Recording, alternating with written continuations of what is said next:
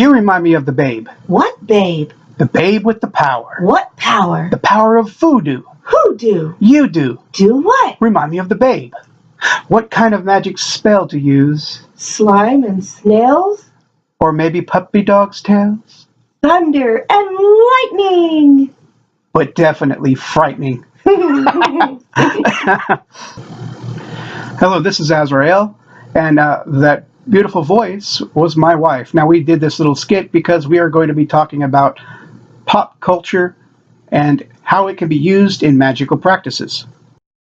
Now, pop culture magic is something that a lot of people don't know about, especially if they are new to magic practices, and a lot of people who are seasoned practitioners sometimes often scoff at it.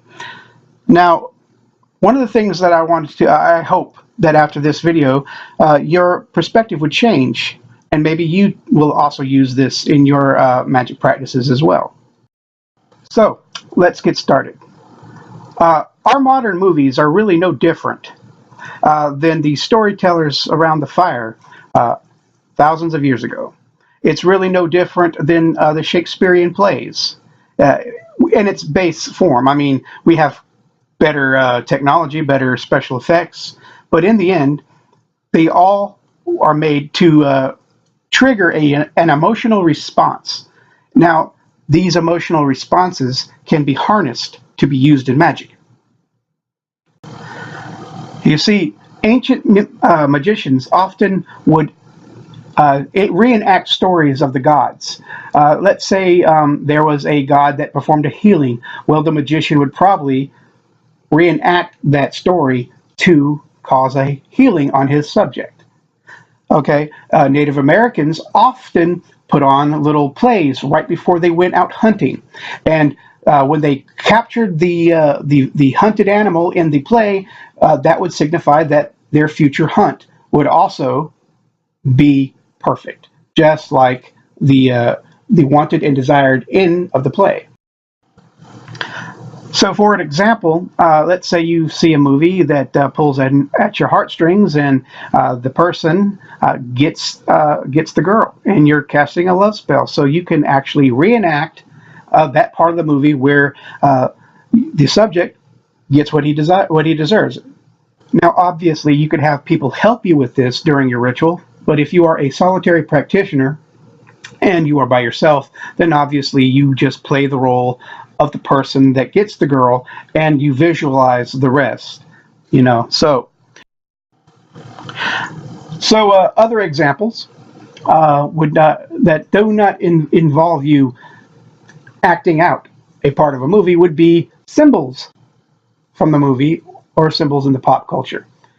We've all seen those little Ghostbuster symbols.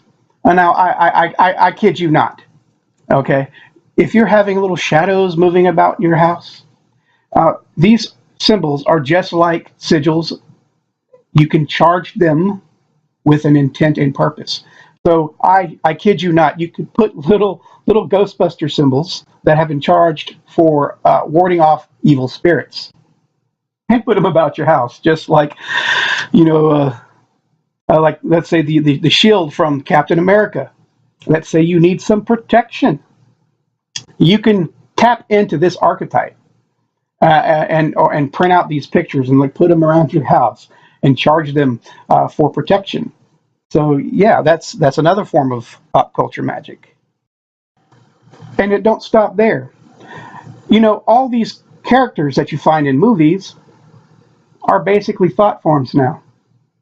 And so yes, you could tap into those thought forms for magical purposes. Let's going on, for example, let's say you're looking for, you want to be a better swimmer. Now, I use this example in one of my videos where you could summon or petition the Little Mermaid, because she is a thought form, to be a better swimmer. Or how about Merlin from the movie Excalibur to be a better magician? It's endless. Another version of pop culture magic is using songs, pop culture songs, in your rituals. I like using Enya. Enya gives a nice magical feel for me, so a lot of times I will listen to her music before I start a magic ritual. And of course, the lyrics. You can take certain parts of songs and use them as incantations. Now that I've given several examples, I want to move on to one of the ones that I use the most. And I'm going to get a little bit serious here because one of them affects me. Affected, and in fact, matter of fact, it affected me so deeply that I did it for my wife.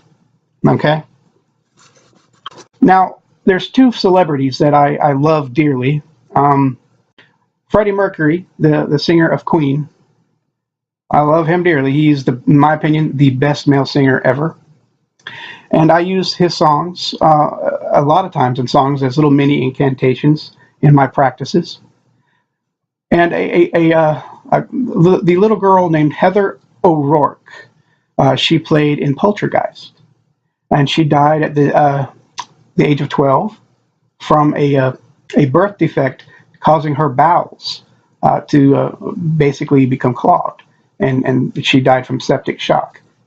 Now, these techniques work the same way as you would, as a Catholic would pray to a saint, or you would pray to your ancestors for help. You see, for example, Freddie Mercury, he died from HIV, or AIDS. So you could, I'm sure if he's still on the other side and he's not reincarnated, he probably doesn't want people to die from AIDS or suffer. So he might be more sympathetic if you could set a picture of him with a candle, like a 9-day candle, like a novena, like a Catholic would pray to a saint, and ask him for for healing or for protection against this. Now, you see, here is where, like I said, it hits home with the little girl Heather O'Rourke. Now, first of all, when I was a kid, I mean, if she would have lived, she would have been several years older than me. No, not several, just a couple years older than me. So, she's been dead for quite some time. I'm at the time of this recording, I'm 41. So she would have been older. Now, when I watched her movies, as she's known for the Poltergeist movies, the little girl that says, "They're here." Well, when I was growing up, I had a lot of boogeymen, scary boogeymen in my closets. The boogeyman, right? I had spiritual problems that when I'm watching this movie, I'm like, hey, there's adults that do this stuff. So I got interested in parapsychology. Her movies and her acting helped forge the way I perceive things.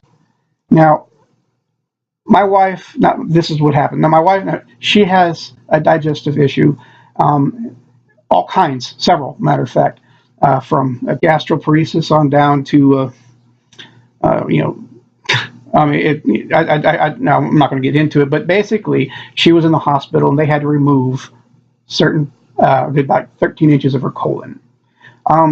When I was home privately, I petitioned little Heather because she died from a blockage in the bowel. I'm sure that if she could have influenced anything, that she might have helped my wife in this situation. So this specific kind of practice would be just like petitioning saints or petitioning the ancestors, these celebrities that have passed away, and things that happened to them in their life.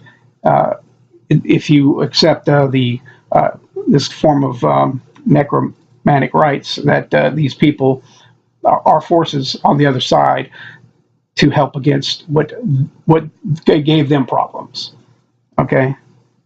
So, in conclusion, the only limitation to your magic is you.